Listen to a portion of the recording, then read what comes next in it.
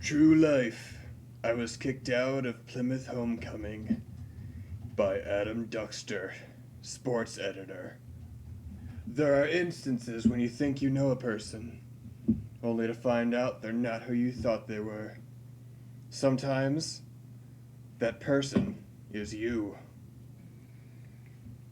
Waking up on a cold, gray Saturday morning, I had no intention of creating chaos. My motives had clearly changed by breakfast. I had a sinister look in my eyes as I poured the breakfast of evildoers, cereal, and milk. My criminal behavior continued as I watched cartoons. I knew I was going to be busy on Sunday, so I did all my homework. You could practically see the gears turning in my head, formulating my villainous plan. As I prepared for the Plymouth homecoming dance, I looked my father in the eye. He told me to make good choices.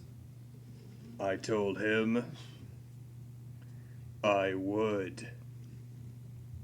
My poor father. How long have I been lying to him?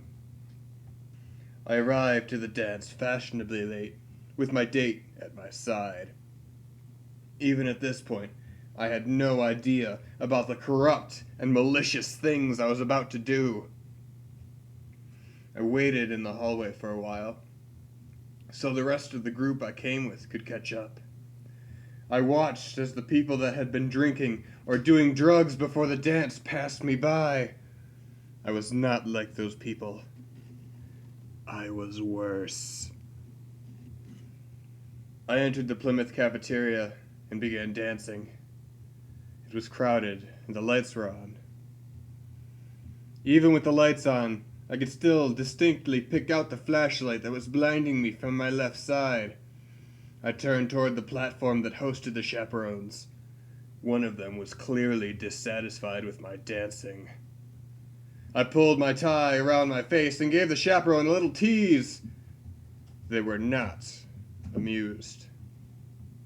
Through all of this, I continued to dance. Even though the lights were on, I was determined to have a fun night.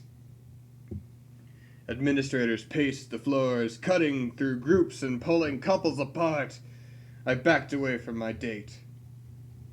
Not fast enough. I felt a strong grip on my arm. I warned you, said the same chaperone I had seen earlier. Follow me. I couldn't feel my legs, but I was somehow moving. I turned to see my date standing in disbelief. I motioned her over. There was no way I was taking full blame for this.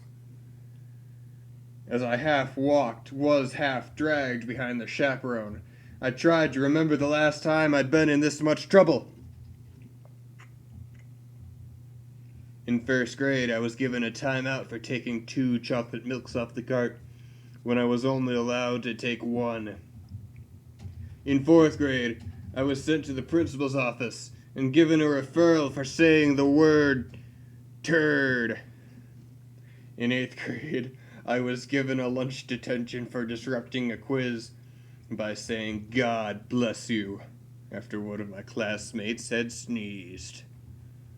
I realized my whole life, my whole existence, had been leading up to this one diabolical moment. What was Harvard going to think?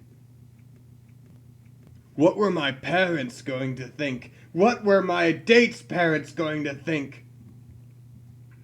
Questions bounced rapidly off the insides of my skull. I felt my legs getting weaker. I decided, in my head, that I should cooperate with the people in charge, just so I wouldn't end up in prison, where all the hard-timers go. My night ended with a security guard escorting me out of the building, quickly locking the doors behind me. In my mind, it was just like a police television show, where the handcuffed criminal walks out of the courthouse to a swarm of reporters. Why did you do it? They would shout as the flashes from cameras went off in my face. But I knew I wasn't like one of those people from the shows. I was worse.